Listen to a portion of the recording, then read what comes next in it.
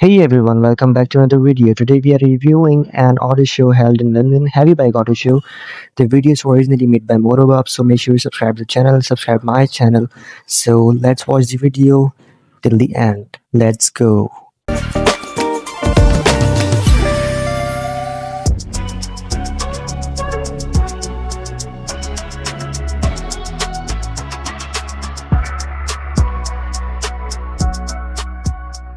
I'm looking forward to Bimotor. That was quite a nice one.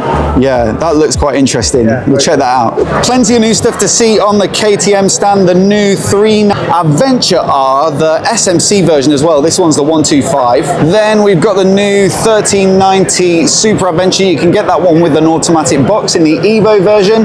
This is the new Super Duke GT. Look at the size of the TFT dash in the cockpit there. Absolutely massive. And this one has been made by a dealer, and it's actually a 1390 Super Duke R, just in a rather tasty looking stealthy dark edition. Very nice indeed. It's got teeny tiny indicators. Probably the smallest indicators you'll ever see on a motorcycle there. Then we've also got, this is the 990 RCR sports bike, which is based upon the same platform as the 990 Duke, complete with a bit of carbon and some rather big aero winglets. Good looking bike or not?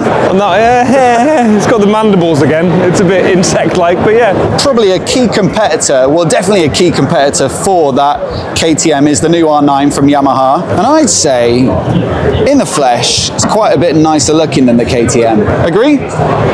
I mean, they're very, very similar, but yeah, it edges it. It's blue, look at it. And the lights are nicer, so. This one's the new Bear 650, one of the biggest sellers this year, I'll bet. 650 Enfields always sell well, good on price. This is more of a scrambler version. How's that feel? Yeah, familiar. A little bit taller, I suppose, a bit more relaxed, but good in general. I think a little bit like the Super Meteor, where it feels a little bit more refined than the original Inceptors and stuff like that. It's just tweaked a tiny, tiny bit. You can notice tiny little things. Yeah, a bit more quality. And it gets that big TFT dash that you get on the Himalayan 450 and stuff like that. Yeah.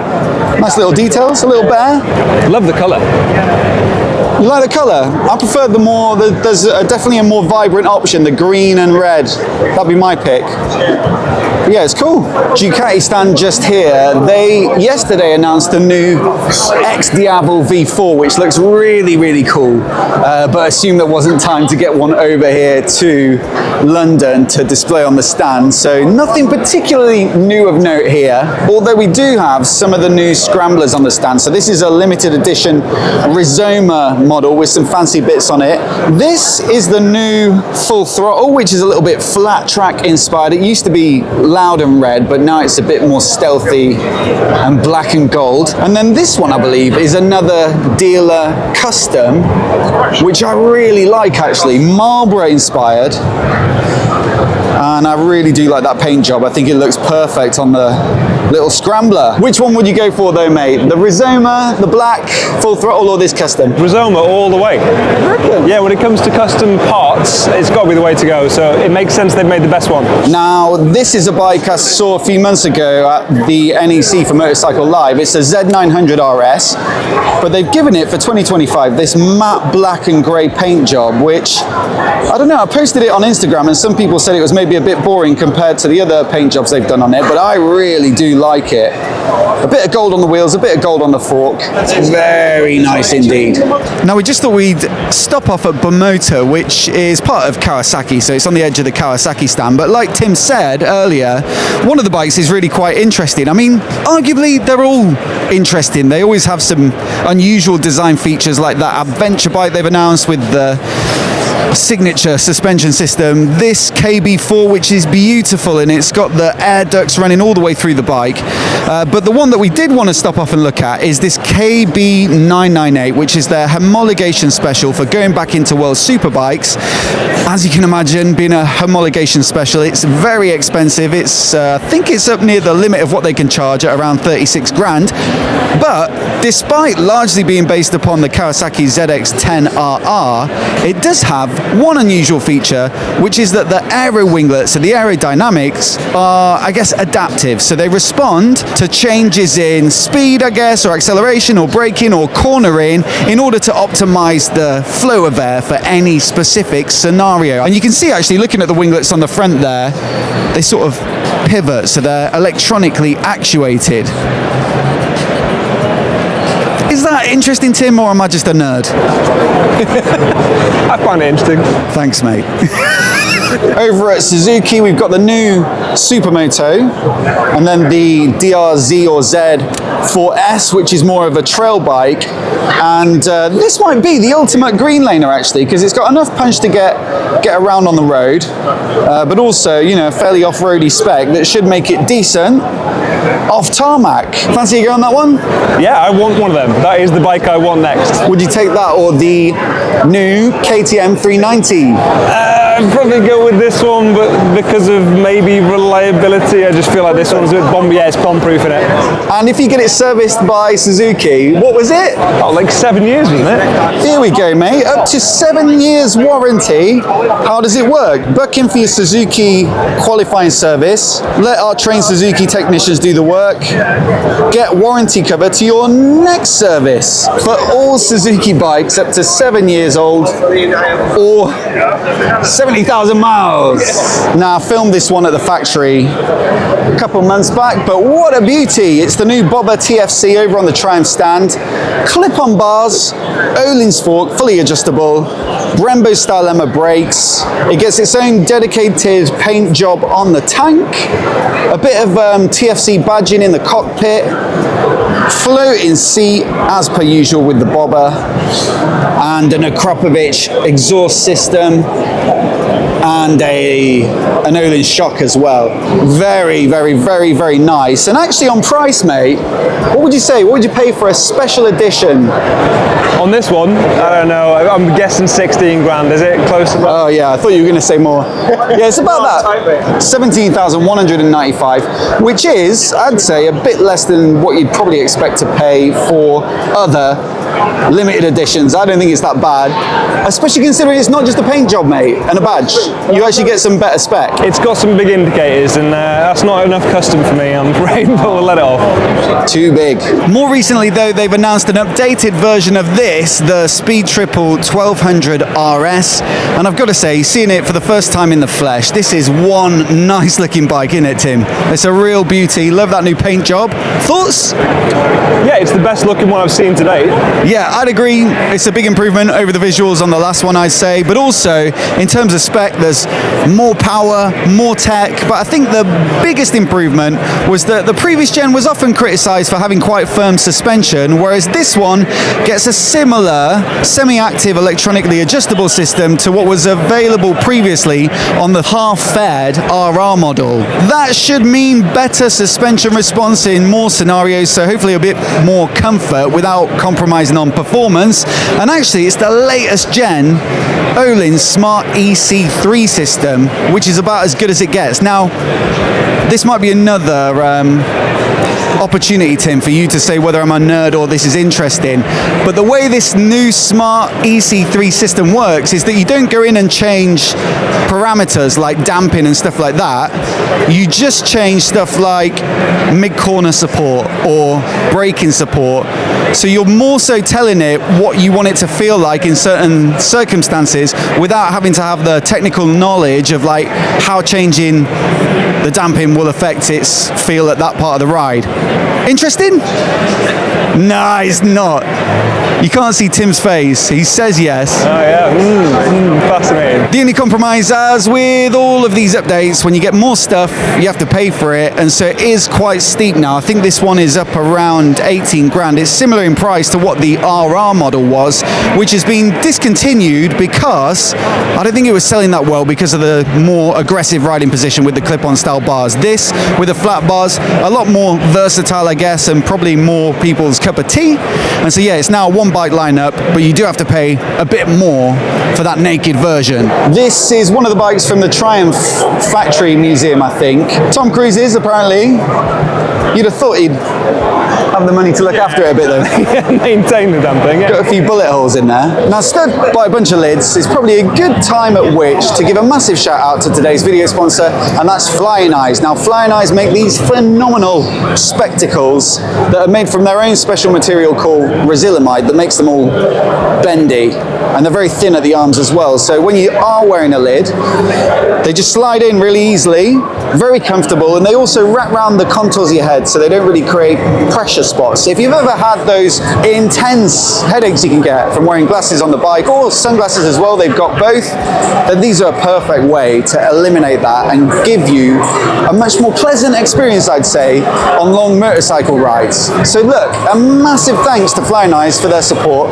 There's a link down in the description where you can find out more, and also a discount code specifically for our viewers. So yeah, thanks to Flying Eyes, and let's have a look at some more bikes. Now this year, Honda are actually celebrating 50 years of one of their most famous models, and that's the Goldwing, and we've actually got one of the first generation here behind us. It looks kind of like a naked bike. It's kind of impressive to see how far it's come over the years, and also, you know, a reminder that it started out at 1,000 cc's, I believe, and it was a flat 4. Fast forward to 2025 though, and we've got 2 more cylinders, an extra 800 cc's, and I think it's fair to say quite a bit more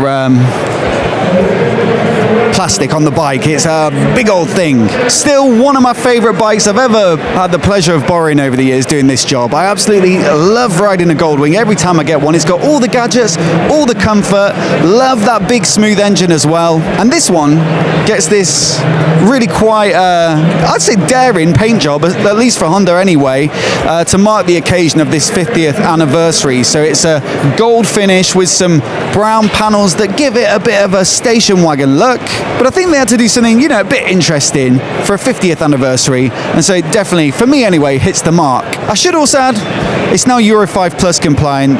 The CarPlay and Android Auto is wireless instead of wired, and they've changed the headset pairing, mate, so it's easier to pair 2 headsets. You don't have to pair them separately.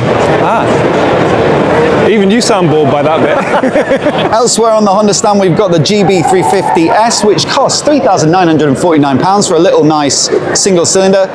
This was the best-selling bike in the modern classics category in January in the UK, so I think it will go on to be a big seller. And we've actually got one in the studio for review at the moment, so that video will be coming soon. But I have had a little spin on it, and I got to say, first impressions are really quite good. It doesn't feel as underpowered as I maybe expected, but that could be because they've geared it quite short, I believe. And another good value bike here, the CB1000 Hornet SP, 9,999, I believe, and you get the Brembo brakes, Öhlins shock. And what do you think of that, mate, seeing it in the flesh? For the money, hard to beat. Yeah, I love the matte black sort of night look to it. It's really cool, and you can't really beat a Honda CB1000. It's a pretty 50 horses. Yeah, it's just a great all-round bike. Also got one of those in the studio at the moment. It's a great time to be working at Motorbob, and I haven't had the chance to ride that one yet though, because the weather's been so bad through February that a 20 horsepower 350 felt like a more sensible decision first than the 150 horsepower 1000cc inline 4. I've seen this bike already. This was at the Bike Shed show, remember? Yeah. Charlie Stockwell at Triumph London built this custom Scrambler 1200 XE with a bit of a sort of Baja rally inspiration. It's on the Bridgestone stand today, and these are actually the headlights off Tim. Oh, a rocket. The rocket? What a rate! You're as much of a nerd as I am. Now we're over at BSA, and I saw this one a few months back at Motorcycle Live, but I didn't have time to come and film it, so I made sure we've stopped off now. It's the B65 Scrambler, which is based upon the same platform as their revival, let's say, of the Gold Star. Now, I did enjoy that bike when I rode it, and I thought the big single cylinder was a good point of differentiation versus the parallel twins from Triumph and from Royal Enfield with the Interceptor, let's say. But in this more scramblery design and spec, I've got to say, I think it looks a lot more desirable, for me anyway, than the standard Gold Star, which is a nice looking bike, but a bit more traditional. This one gets the oversized front wheel, the chunky tyres, you've got the braced handlebar with a bit of padding here. What else have we got? got a bit of an upswept exhaust, some side panels, the paint job looks great, bar end mirrors, a little machined fuel cap on the go there as well. And so I think this one will sell very, very well if they do manage to get it out soon. Also, it's got what looks like more of a TFT display. Technologically, that means it's probably a bit of an upgrade as well versus the standard Gold Star. Although they could have been a bit neater. Come over here, Tim, and have a look at this. Maybe a bit neater with the USB ports. You do get a USB-A and USB-C.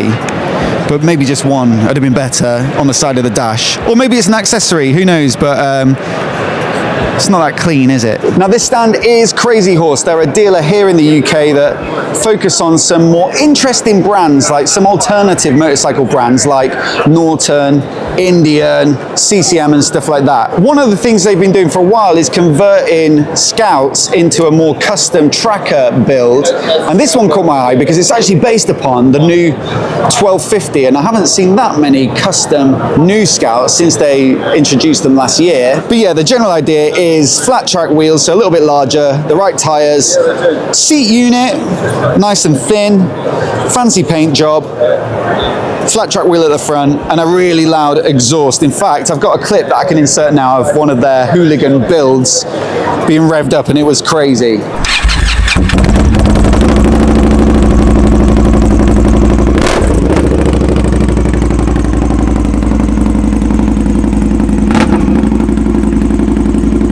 You'll be pleased to see the size of the indicators.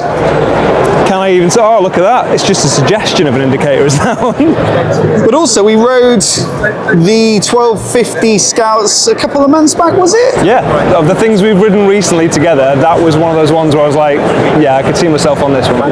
This one is, I believe, the CCM Maverick. It's a scrambler style bike built on their Spitfire platform. Love the sort of build on the frame and the kind of effort that's gone into that. But I think this one is a slightly custom interpretation by Crazy Horse with a bit of a paint job. And also there's a matching head and helmet there, which it does look quite cool together, but I'm not sure I've ever really been a fan of like bikes and matching helmets and jackets. Like the new Enfield shotgun, they did a collaboration with Icon. You can get a matching jacket. Sometimes when Ducati do special editions, you can get a matching jacket. Is it a bit matchy-matchy? The helmet's all right, maybe, but I draw the line at the helmet, maybe. Now, we're over at Harley Davidson. As you can imagine, all manner of cruisers and tourers, some of which have been updated for 2025. But I think one of the most interesting new developments has to be this Pan America, which now comes in an ST model, which is a bit more road focused. So the standard bike, the more adventure-y, semi-off-road spec, gets a 19 at the front, spoked wheels. So yeah, definitely suited to a bit of on and off.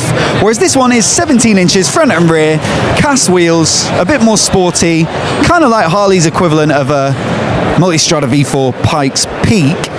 And I actually think it looks quite good as well with this slightly more sporty paint job. They've given it a smaller windscreen as well, so it does have more of that aggressive appearance. And so yeah, this is one that I'm actually quite looking forward to trying if we can get hold of a press bike. It should be a good handling bike, and it's a fairly punchy engine as well, so yeah, should be a lot of fun. Over at BMW, and we're here to look at these new 900s, Tim, which we rode the previous gen a year or two back, maybe a bit more than that. But we're both a little bit underwhelmed, weren't we? Yeah, very little character is how I would phrase it.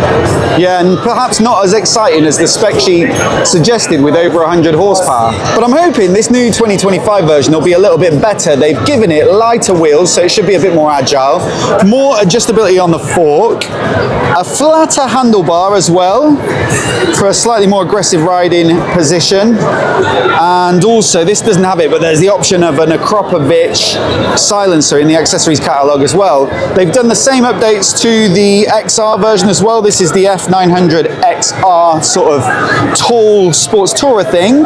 This one they've tweaked the aero a little bit as well to make it more comfortable on the motorway. But I think the one change it really needed, like I say, on paper the power's good, but it maybe just didn't feel as exciting as it should do. So I'm really looking forward to testing out the new dynamic riding mode, which they've made even more dynamic. So hopefully that gives it enough snap to get the old adrenaline pumping.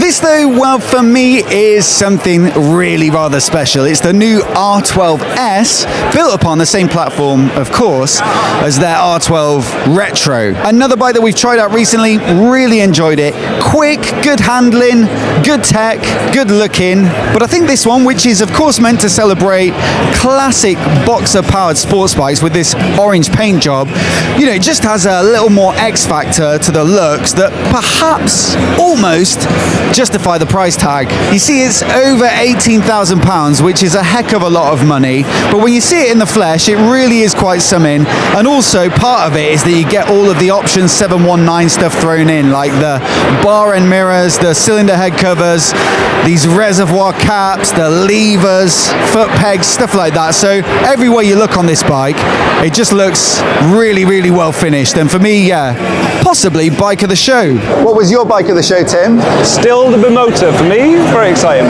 Yeah, looks good, doesn't it? What's with the gear? I just dress to impress. Tim's risking his life walking backwards to get this final shot, so massive thanks to Tim for helping out today. Do let us know your favourite bikes down in the comments below.